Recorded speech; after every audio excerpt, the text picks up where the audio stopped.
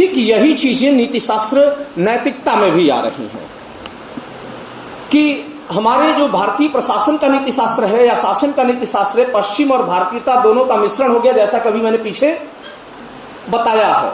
तो विवाह वाली हमारी परंपरागत रही कि 7 फेरे लेने के बाद आप पत्नी हैं या पति हैं। तो ये 7 फेरे क्या शो करते थे कि 7 जन्मों का बंधन है। लेकिन जब अंग्रेजी कानून आ रहा है तो उसमें प्राचीन नीति शास्त्र भारतीय एथिक्स को भी और वेस्टर्न एथिक्स को मिक्सर को बनाने के बाद तो होना पड़ा 1857 का रिवोल्ट के बाद। तो ये क्या कह रहे हैं कि हाँ, विवाह की मान्यता रहेगी 7 फेरे लेने के बाद 7 जन्मों तक। लेकिन हाँ, जब चाहे कोई स्त्री और पुरुष तलाक भी ले सकता है। आप देखें तो अंग्रेजी तलाक की परंपरा को इंट्रोड्यूस किया गया, इसीलिए हिंदू कोड बिल पर राजेंद्र प्रसाद साइन करने के लिए तैयार नहीं थे कि माना गया कि हाँ, ये हमारी संस्कृति पर हमला है। तो अब क्वेश्चन भी तो लगता है ना कि जो विवाह 7 फेरों से हुए हैं और वो 7 जन्मों के बंधन है, वो तलाक से कैसे टूटेंगे? लेकिन खिचड़ी है इंडियन एथिक्स में, इंडियन लॉ में। बातें समझ में आ रही है? ये चीज, इस चीज पर मेरा पहले ध्यान नहीं गया। हुआ क्या कि 2016 वगैरह की घटना है, तब भी एथिक्स पढ़ाता था। और जाहिर सी बात है, पॉलिटिकल साइंस का टीचर हूं या स्टूडेंट हूं तो स्वतंत्रता, समानता, न्याय आदि शुरू से पढ़ाते रहा हूं। तो समस्या क्या आई?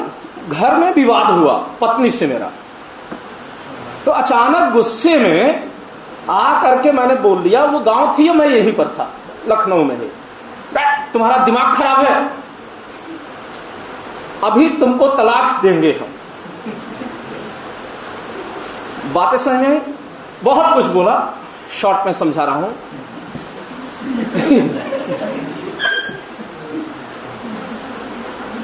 कि अब तुम्हारे साथ एक पल भी मैं नहीं रह सकता, तुम मेरे अनुसार नहीं चलती हो, ये नहीं चलती हो, वो नहीं चलती हो, मैं कुछ और सोचता, तुम कुछ और करती हो। अभी बोलो तो तुम्हारे फादर से बात करो, तुम्हारे माँ को फोन मिलाऊंगा कि नहीं तलाक के पेपर भिजवा दे हमें, अब तुम्हारे साथ नहीं रहना है। अचानक से मेरी पत्नी का उधर से उत्तर आ रहा है, कहा कि ये बताइए, अगर कागज पर लिख दे कि हम आपकी पत्नी नहीं थी तो का वो 7 फेरा के बंधन खत्म हो जाए, कागज पर लिख ले, का कोर्ट के भी आजन नहीं है का। अब वहां से तुरंत मेरा माइंड चेंज हुआ। हमने कहा भाई बात तो इसने बड़ा सटीक किया है कि भाई जब कोई कॉन्ट्रैक्ट उसके साथ मेरा हुआ होता लीगल, तब तो लीगल कॉन्ट्रैक्ट लीगल तरीके से टूटता।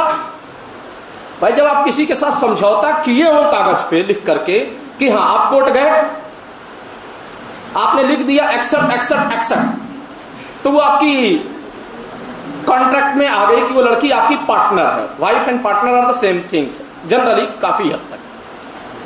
बाद में डिफरेंस कभी बताएंगे, what is difference between wife, पत्नी एंड पार्टनर। पार्टनर तो आप देखें नहीं, रुक जाइए, इसको जरा सा क्लियर कर लेने दीजिए, बता देंगे, घबराइए मत। हाँ, तो अब जब उसके साथ कॉन्ट्रैक्ट हुआ ही नहीं तो उसका भी कहना सही है कि ओइसन ओइसन 10 वो कागजे पर लिख दे, तब वो पीछा जीवन भर ना छूटी। वहीं पर इंडियन लॉ के ड्रॉबैक्स समझ में आ गए, क्योंकि यूरोप में शादियां चर्चेस में या मुस्लिम शादियां वो कॉन्ट्रैक्ट बेस होती हैं। लड़के से पूछा जाता है एक्सेप्ट एक्सेप्ट एक्सेप्ट, लड़के ने कहा एक्सेप्ट, लड़की से कहा गया एक्सेप्ट एक्सेप्ट एक्सेप्ट, तो एक्सेप्ट, तो कॉन्ट्रैक्ट हो गया, कॉन्ट्रैक्ट पेपर पे साइन हो गया। और जब कॉन्ट्रैक्ट पेपर जब टूटता है तो उसी के अकॉर्डिंग डाइवोर्स होता है।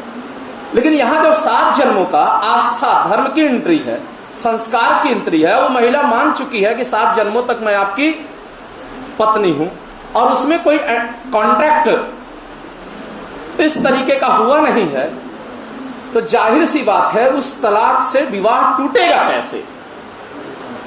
क्योंकि विवाह से मुस्लिम, तलाक से मुस्लिम शादियां टूट सकती हैं, ईसाई शादियां टूट सकती हैं, लेकिन हिंदू शादियां नहीं टूट सकती। जैसा कि मेरी पत्नी ने आंसर रिलीज किया, आंखों में उसके आंसू था, मैं भावनाओं को समझ चुका था। यानी कि अगर मैं तलाक दे भी दूं तब भी उस महिला की निगाह में ये केवल बस एक कागज का नकली टुकड़ा है, उसका उसके हिसाब से विवाह टूटने का कोई लेना देना नहीं है। और मान लीजिए मैं भी एक ब्राह्मणिकल परिवार में पैदा हुआ हूं, तो उन भावों में जब जाकर के सोचता हूं, ना कि वेस्टर्न पॉलिटिकल स्टूडेंट के तौर पर, वेस्टर्न एथिक्स के या वेस्टर्न पॉलिटिक्स के, तो ये बातें समझ में आती हैं। तो आप समझ गए होंगे कि वर्तमान समय में जो एथिक्स की दिशा और दशा है, दोनों की खिचड़ी है, यानी पाश्चात्य नीति शास्त्र की भी और भारतीय नीति शास्त्र की भी। इसीलिए अक्सर विवाद और द्वंद्व पैदा होते रहते हैं। हालांकि अभी हाल ही में फिर विवाद चल रहा है, Modi ji uniform civil code ला रहे हैं, और आपको जब पॉलिटी पढ़ा रहे थे तो यूनिफॉर्म सिविल कोड पे लगातार 2-3 दिन तक मैंने चर्चा किया था, और उसकी वैलिडिटी पर भी प्रश्न लगाया था कि अगर यूनिफॉर्म सिविल कोड आ जाएगा तो जो सिंदूरदान से सिंदूर भरने से, भाई वो महिला सीधा कह रही है कि आप 5 बेर सिंदूर भर ले बनी, 7 बेर फेरा ले ले बनी, तो कागजे पर लिख दिया से थोड़े टूटी। तो क्या यूनिफॉर्म सिविल कोड मेरे उस सांस्कृतिक अधिकारों की रक्षा कर पाएगा? मेरे अधिकार की बात नहीं है, उस महिला के भावनात्मक अधिकार भी हैं, और जो कि केवल भावनाओं पे, कोरी भावनाओं पे नहीं आधारित हैं, बल्कि भावनात्मक समझ पे आधारित हैं। तो पीछे 1 घंटे से जो लेक्चर चल रहा है कि हमको एथिक्स में इस तरीके से ही क्यों पढ़ना है, इसके रीजन को आप समझ गए होंगे। हाँ, अब आपका क्वेश्चन था क्या कि पत्नी और पार्टनर वाइफ में क्या अंतर होता है? हाँ, बिल्कुल इनका क्वेश्चन बिल्कुल सही है कि हर रिश्ते आपके जैसे रिश्ते तो होते नहीं हैं कि वो 7 जन्मों के बंधन को उन्होंने दिया और आपने उसको एक्सेप्ट कर लिया, तो तलाक जैसे प्रावधान क्यों नहीं होने चाहिए? ये सीधा क्वेश्चन यही है शॉर्ट टर्म में।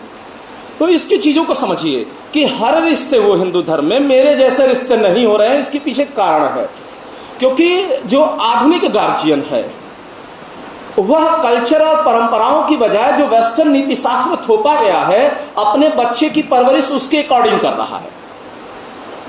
बातें समझ रहे हैं? और इंडियन सोसाइटी एक ड्यूटी बेस्ड सोसाइटी रही है प्राचीन काल से, और जब संविधान बनाया गया तो वो इंडिविजुअलिस्टिक सोसाइटी के आधार पर, वेस्टर्न सोसाइटी इंडिविजुअलिस्टिक नेचर के लिए पहले भी मैंने बताया रहा है, और इंडिविजुअलिस्टिक सोसाइटी में राइट्स पर अधिक फोकस किया जाता है ड्यूटीज की बजाय।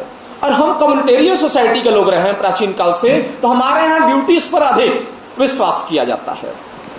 जैसे कि कर्मण्येवाधिकारस्ते मा फलेषु कदाचन, कर्म करते रहो फल की चिंता न करो, तो सबसे कर्तव्य की उम्मीद की गई है। तो आज के सोसाइटी की प्रॉब्लम या तलाक की घटनाएं इसलिए ज्यादा बढ़ रही हैं क्योंकि आप पढ़ाई मॉडर्न तरीके से कर रहे हैं, और मॉडर्न एजुकेशन पूरी तरीके से वेस्टर्न एथिक्स पर आधारित है। तो जब पैदा हो रहा है बच्चा, मैक्सिमम 60 के बाद के जो गार्जियन पैदा हुए, 70 के बाद के, वो काफी हद तक अपनी परंपराओं से कट गए। वो सीधे सीधे पश्चिमी चीजें और ग्लोबलाइज चीजों को पढ़ाया लड़कों को, मॉडर्न बनने के नाम पर वेस्टर्नाइज चीजों को या वेस्टर्नाइज एथिक्स को आपके ऊपर थोपा गया। तो जो आपका चिप डेवलप किया है वो बिल्कुल किस रूप में किया है? वेस्टर्नाइज। वो ड्यूटी बेस्ड ना होकर के कैसा है? राइट बेस्ड है। यानी पत्नी पति से अधिकार चाहती है, पति पत्नी से अधिकार चाहता है। और जो हमारा संस्कार था वो इसमें ये चीजें हैं जो प्राचीन ब्राह्मणवादी या वैदिक संस्कार रहे हैं कि मेरा धर्म है कि ये मेरी पत्नी है तो उसके दुखों में उसका साथ दो, क्योंकि कर्तव्य पर फोकस किया गया।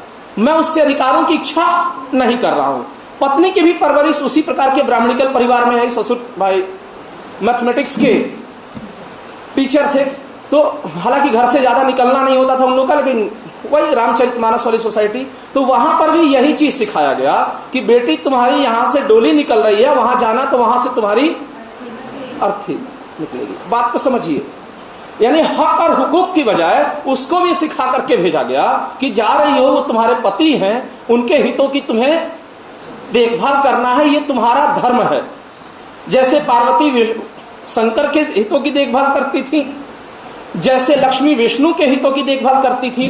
तो उसके अंदर जो चिप लेवल ब्रेन में डेवलप किया है वो बिल्कुल इंडियन कल्चरल अंदाज में डेवलप किया है।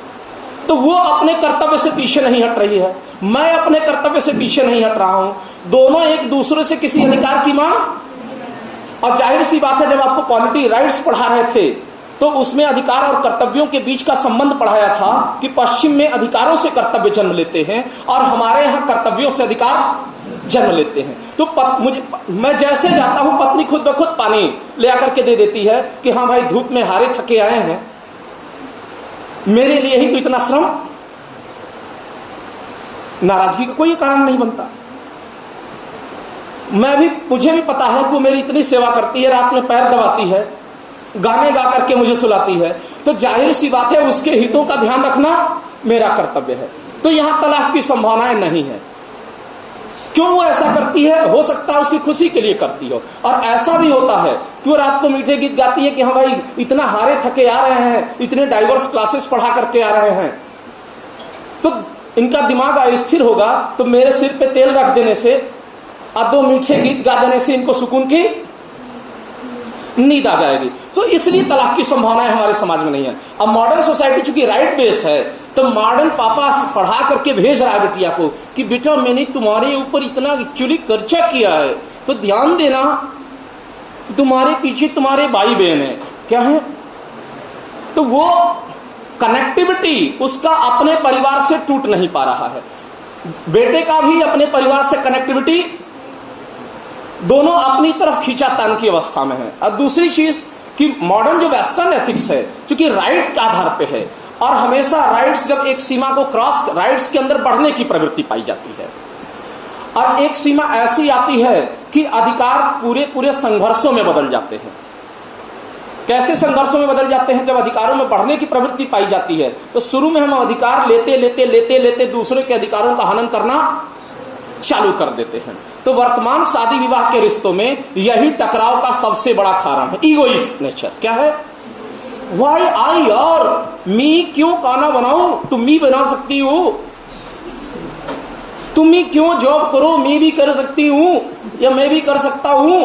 तो अब जब हर बात में दोनों में कॉन्फ्लिक्ट है, कोऑपरेशन नहीं है, राइट्स पे फोकस ज्यादा है, ड्यूटीज पे फोकस कम है, तो तलाक की संभावनाएं ज्यादा होंगी। एक फर्स्ट, मैं कोई आस्था चैनल वाला भाषण नहीं है कि वहां केवल इमोशनल उत्तर निकलता है। आप इस वक्त एडमिनिस्ट्रेटिव एथिक्स पढ़ रहे हैं, और पढ़ाने वाला टीचर स्वतंत्रता, समानता, न्याय, भारतीय और पाश्चात्य मूल्य दोनों की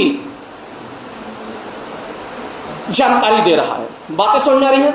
अब देखें, एक तो ये कारण है, दूसरा कारण यह है कि जो ये पैदा तो अब पढ़ाई किसके हिसाब से किए? वेस्टर्न एथिक्स के हिसाब से, वेस्टर्न वैल्यूज के हिसाब से। लेकिन आज भी ये शादी किस हिसाब से करना चाहते हैं? वैदिक। वही जो मैंने बताया कि इंडियन और वेस्टर्न एथिक्स की खिचड़ी पक गई। तो अब सिंदूरदान करना चाहते हैं वो 5वीं शताब्दी वाला या 1500 साल पहले वाला कि 5 बार सिंदूर डालेंगे पत्नी है। लेकिन पता चल रहा है कि स्कूल लाइफ में ही, कॉलेज लाइफ में ही चलनी से मुंह देखा जा चुका होता है।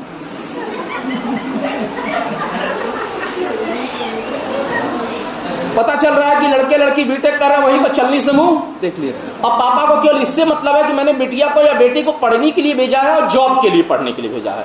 यानी कि पढ़ाई का ऑब्जेक्टिव संस्कारों को विकसित करना नहीं, संस्कारों को प्रतिबिंबित करना नहीं, बल्कि यह प्रतिबिंबित करना है कि नो, मेरा लड़का भी एक अच्छा लेबर बन सकता है, एक अच्छा लैपटॉपिया मजदूर बन सकता है। ITI वाला छोटा मजदूर, पॉलिटेक्निक वाला बड़ा मजदूर, बीटेक वाला उससे बड़ा मजदूर, एमटेक वाला उससे बड़ा मजदूर। तो जो टोटल पढ़ाई है केवल बस मशीनी कॉन्सेप्ट पर टिका हुआ है, सामाजिक सांस्कृतिक मूल्यों और सोशल फैब्रिक पर नहीं टिका हुआ है। और जब आप एक सोशियो पॉलिटिकल पर्सनालिटी हैं तो ऐसे सिचुएशन में मशीनी लेबर वाली पढ़ाई का ऑब्जेक्टिव दूसरा है। इसके अलावा समाज में सर्वाइव करने के लिए हमें सोशल फैब्रिक को भी समझने की शिक्षा दी जानी चाहिए, ताकि हमारा किसी अन्य समूह के साथ, किसी अन्य व्यक्ति के साथ कॉन्फ्लिक्ट पैदा ना होने पाए। तलाक का मेन रीजन ये है। तो तलाक होना चाहिए। लेकिन हाँ, उस तलाक का नियम यह भी है कि पहले जाओ कोर्ट में शादी कर लो, क्योंकि अब तुम्हारे लिए उस सिंदूरदान का कोई महत्व नहीं रह गया है। वो सिंदूरदान केवल एक दिखावा नहीं था, वो एक 7 जन्मों के बंधन के लिए खाई गई कस्में थी कि 7 जन्मों तक हम साथ रहेंगे।